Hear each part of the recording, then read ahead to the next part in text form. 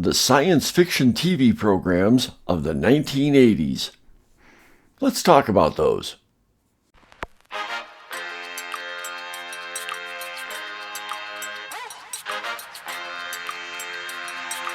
Man Up with Mark. Mark talks about everything under the sun. You may agree with him, and again, you may not.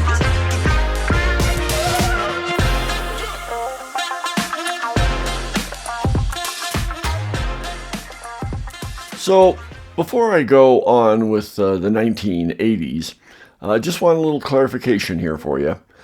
These science fiction television programs I'm telling you in each decade, again, it's not a top 10 list or even a top 5 list, because some of these decades don't have 10 science fiction programs that I watched or that I watched regularly. They were just programs during those decades that came out that I watched and that I enjoyed. I know that there were other programs out there, other programs that got better ratings, but I didn't watch them for one reason or the other. I wasn't really into the actor, wasn't really into the storyline. There were quote-unquote,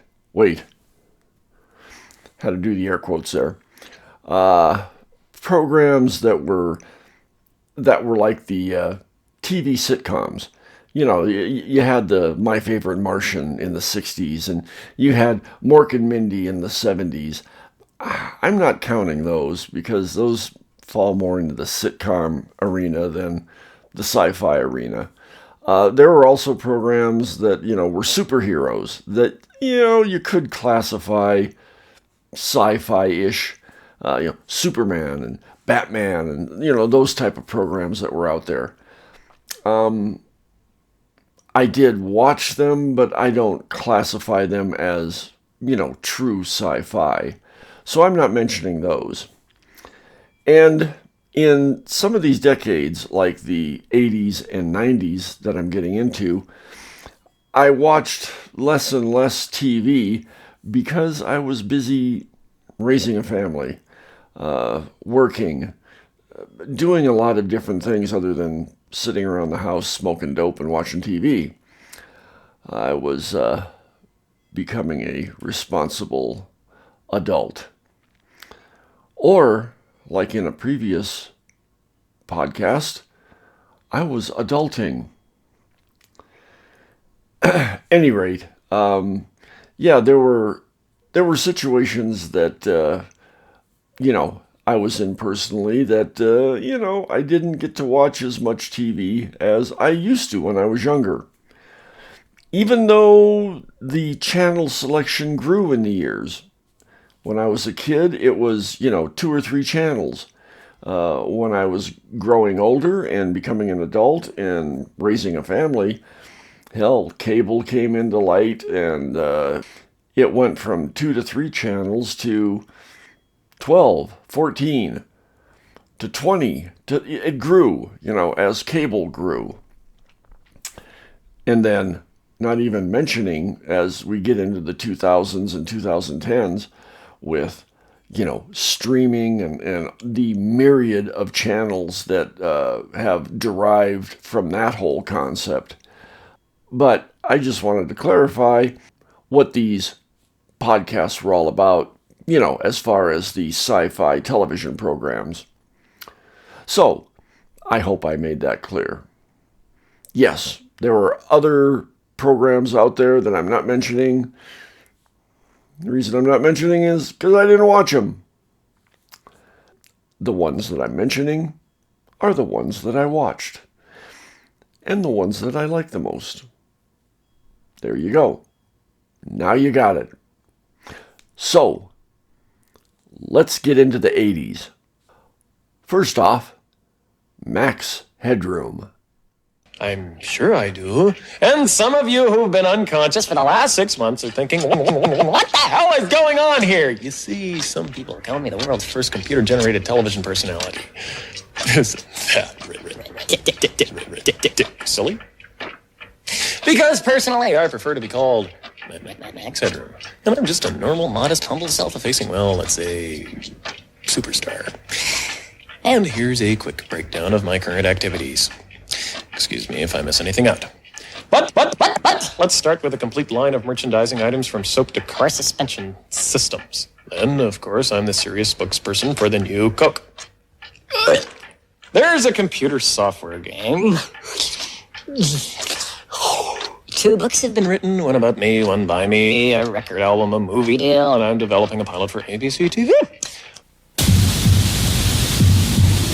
Gorster, I'm calling you on the link. How come this story is pulled? Edison, it's pulled. Right, yeah. Gorster, you do not leave me or anybody exposed out there. Hey, Edison, what's the problem? We may have to suspend the use of blip advertisements temporarily. People do sort of blow up, spontaneously combust, you know. No, I don't. It's big, isn't it? I don't know. It was pulled from high up. Very high. Unfortunately, one of our reporters may have got quite near the truth. We could always kill him. Right, where do you want to start? We're too damn close to the truth twice already. Did they know? We've always felt that the viewers are the most important Hey, people, the people what do you guys think you're doing? This is my story. What's the Blipford problem? What? Good God, man, this is completely out of Too order. damn close. Yeah, this was kind of a crazy sci-fi-ish program. The reporter, actually he was a videographer that turns into an electronic personality that controlled the airwaves. Lo and behold, comes the guy, Max Headroom. It was a fun television program. It didn't last very long. I think it lasted all of 2 seasons. Yeah, I think it lasted all of 2 seasons. I think 87 to 88. But it was a neat program. It was fun. I tried to catch it as much as I could. This next one, Star Trek, The Next Generation. Next Generation is beaming aboard the airwaves. All the wonder, the excitement, the drama of Gene Roddenberry's original Space Odyssey. Welcome to the Enterprise. With all-new adventures from the 24th century. With an all-new Enterprise. This is nothing like any vessel I've seen before. And an all-new crew. Starfleet veteran Captain Picard, Commander Riker, Executive Officer, Chief Medical Officer Crusher, and her brilliant son, Wesley, Lieutenant Commander Data, an android. The telepathic Troy, Security Officer Yar, Geordi, a man with unique vision, and Klingon Officer Worf. Shields and deflectors up, sir. Go to yellow alert. Their continuing mission to boldly go where no one has gone before. Let's see what's out there. Don't miss the all-new television adventures of Star Trek, The Next Generation. Yeah, that trailer pretty much explains what the whole series was about. I don't have much more to add about it other than engage. This next program for the 80s only lasted 1 season. I think it was 1988. Alien Nation. They have come to Earth to live among us. They've learned the language. They've taken jobs. They've struggled to fit in. The year's 1995, and America's melting pot is about to explode. Alien Nation. Yeah, this television program was I guess a spin-off from a movie that was called Alien Nation. They tried to turn it into a television series, and it followed closely along with the original movie, and I enjoyed it. It was good. It was quirky. It was kind of thought-provoking. It had the undertones of, racist type of feelings and activities in the nation when it came to aliens versus other nationalities. So it had that spin to it. But the program itself was pretty good. I liked the actors in it.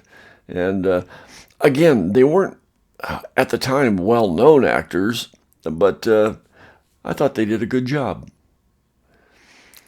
And the fourth science fiction television program on this list, Quantum Leap. Death is a doorway. We shed one skin and put on another and leap. Of course it's me. You think I'm gonna let you go through this alone? Now look at me. You're the big city man. You figure it out. Al, I used to be a doctor. I can't help him die. I bled him till the snow turned red. He looked like you. What is wrong with me? I spend half the time saying I'm sorry and the rest of the time cleaning up my mistakes. Why are you here?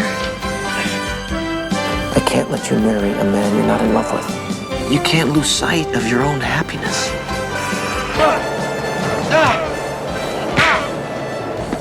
What if there's nothing beyond the door? Then I would fight to hang on to this skin as hard as I could.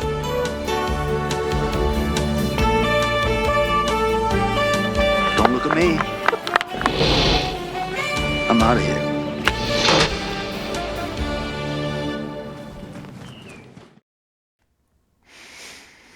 Yeah, Scott Bakula, he was pretty cool. And the premise of the program also was neat. He traveled through time, somehow putting his being into another human while he was in that time, and working out the problems and situations that were happening at that point in time. The neat thing about this program was this quantum leap theory was all about how you could travel through time, but only through time that you existed, from the time he was born until his present existence in time. That's the time traveling he could do. He couldn't go far back into like Civil War history, or he couldn't go into the future, into years beyond. He had to stay in that realm of his lifespan as it was at the present time.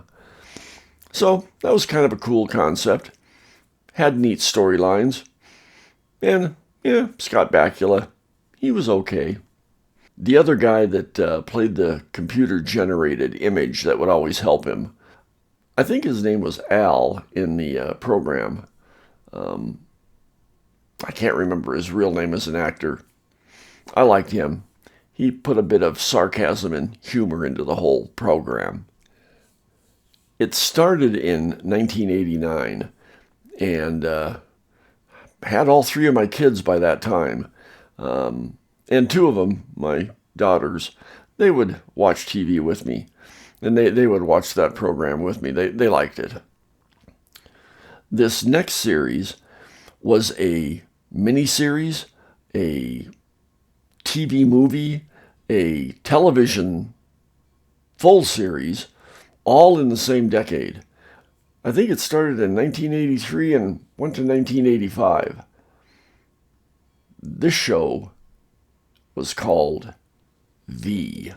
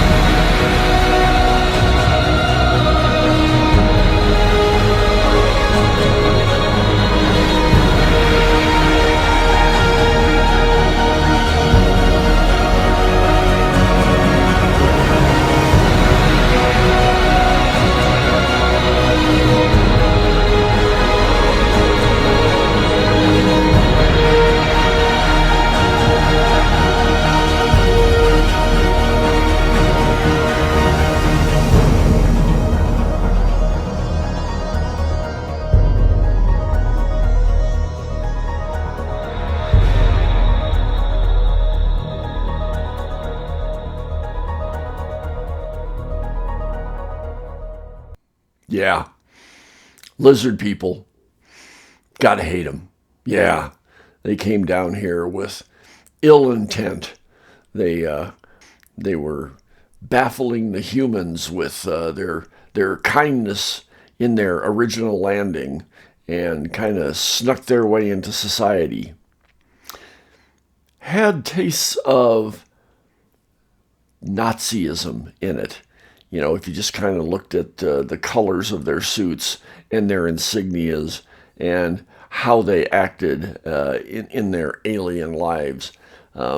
Yeah, kind of had that Nazi fascist type of feel to it, which, you know, as Americans, gotta hate that shit.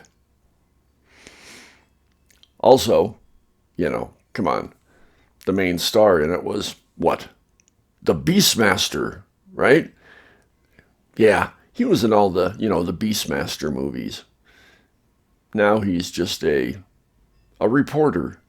It's amazing how all these reporters get in so much trouble. Was he a reporter or another videographer?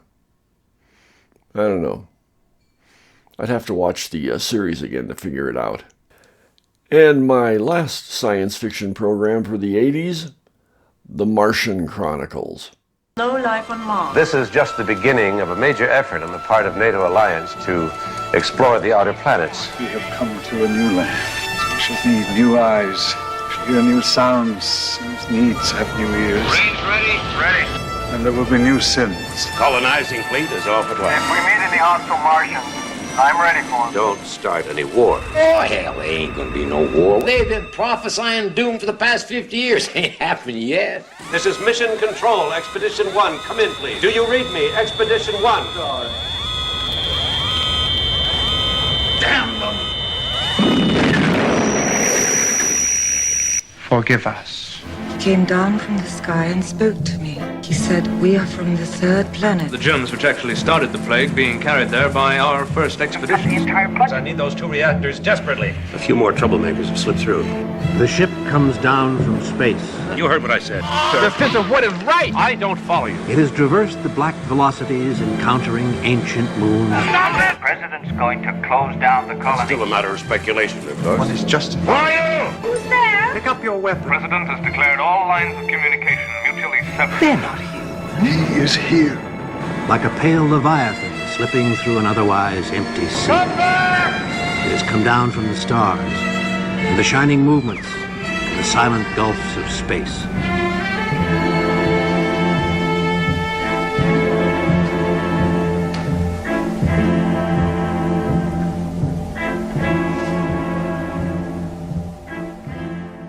Yeah, this was a cool mini-series. I think the 80s, you know, started the whole mini-series craze. Maybe it started back in the late 70s, but really took hold in the 80s, along with other genres, you know, different dramas and all of that. When was Roots? Was that in the 70s or the 80s?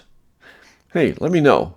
I can't remember if Roots was in the 70s or the 80s. But I know that a lot of mini-series, is that a word? Any rate, I know the 80s were full of them. So let me know.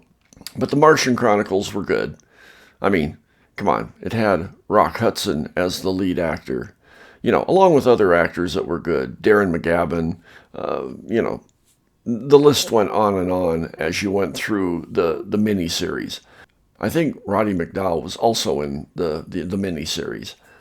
But it was good. It was all about how man traveled to Mars and, you know, come to find out that they were there decades or eons before, and they basically caused the demise of the civilization on Mars.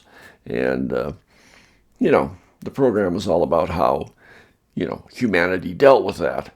And, you know, it was interesting. Had all sorts of twists and turns. It was a Ray Bradbury story, which I kind of like a lot of Ray Bradbury's science fiction stuff. He had a lot of short stories that I used to love to read. But yeah, The Martian Chronicles.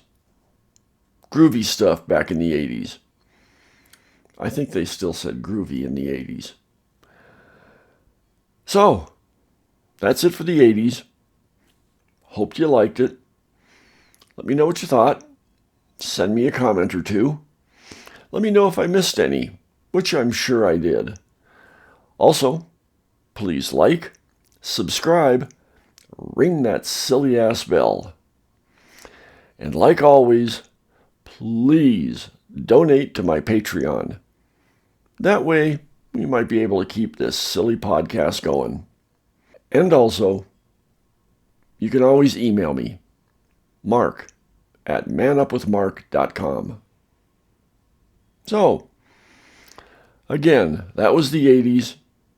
Hoped you liked it. Till tomorrow. See ya. If you have a question or comment, email Mark at manupwithmark.com.